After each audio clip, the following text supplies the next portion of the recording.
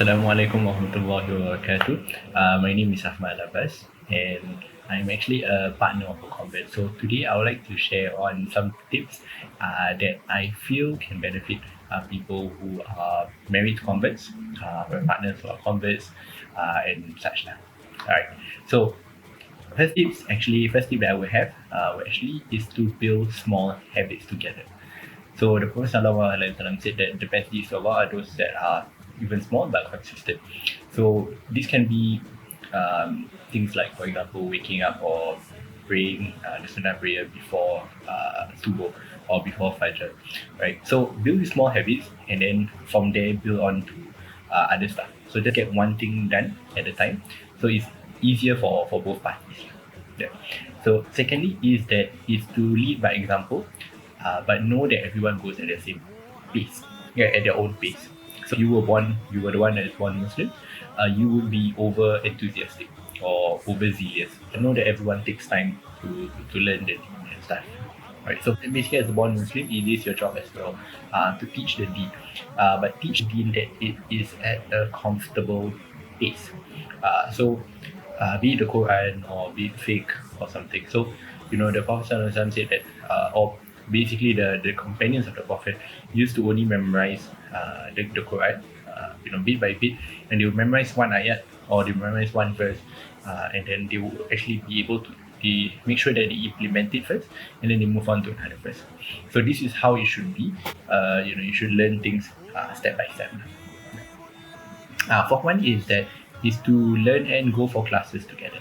So even though you might have already known maybe as a born Muslim, you might have already known the basic tenets of faith, or how to pray or sunnah pray and everything, is best to actually go for these classes together and learn together, right? Even if it's something that you've already known, what I realized is that even when I go for these classes, I tend to bring home something that I did not necessarily know before.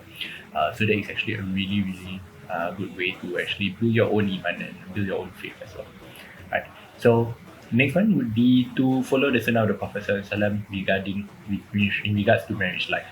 So there is a lot of things that the Prophet ﷺ used to do.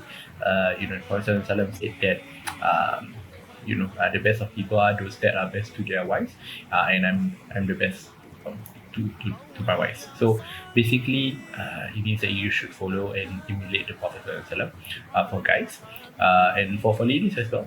See how the mothers of the believers actually act. So use this as a guideline, as an inspiration, to learn how to deal with each other. Yeah. So next one would be, do not be strict when it comes to Islam. So certain habits takes time to change, or certain habits take time to develop. So let's say, for example, if your partner is, like for myself, if your partner is a lady, and then you believe that, you should wear the hijab, and things like that. Yes, it is a wajib thing, but also do understand that all of these things takes time to learn and takes time to actually implement. But during the time of the Prophet ﷺ, one of the most important thing is tawheed, right? So develop on that, develop on your deen, develop on your iman, develop on things that you're already starting to do and try and perfect it.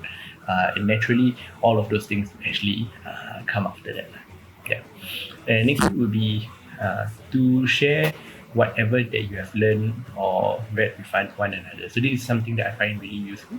Throughout the day, maybe you might have experienced certain things, or maybe you saw or read certain things on Facebook or on social media. So it's really good to actually, when you come home, to actually share with one another, to share the ilm, to share the knowledge, and this will actually encourage one another, right? So goes on to my last point, is to encourage one another in goodness and compete with each other. So this is I would say, one of the greatest blessings of being married, is that you have someone else to actually pray together, to fast together. So use this as an opportunity to actually compete with one another, compete in goodness, right? So if you see the other person probably taking time after prayer to sit down and read the Dua, do the same thing as well, right? And naturally, you don't have to even say anything to your partner as well. When someone keep seeing someone do that thing, you would as well. So yeah, so this is just a few tips that we have for fellow converts and as well as your partners. And yeah, I hope that you guys will find this beneficial as well. So thank you so much. Assalamualaikum warahmatullahi wabarakatuh.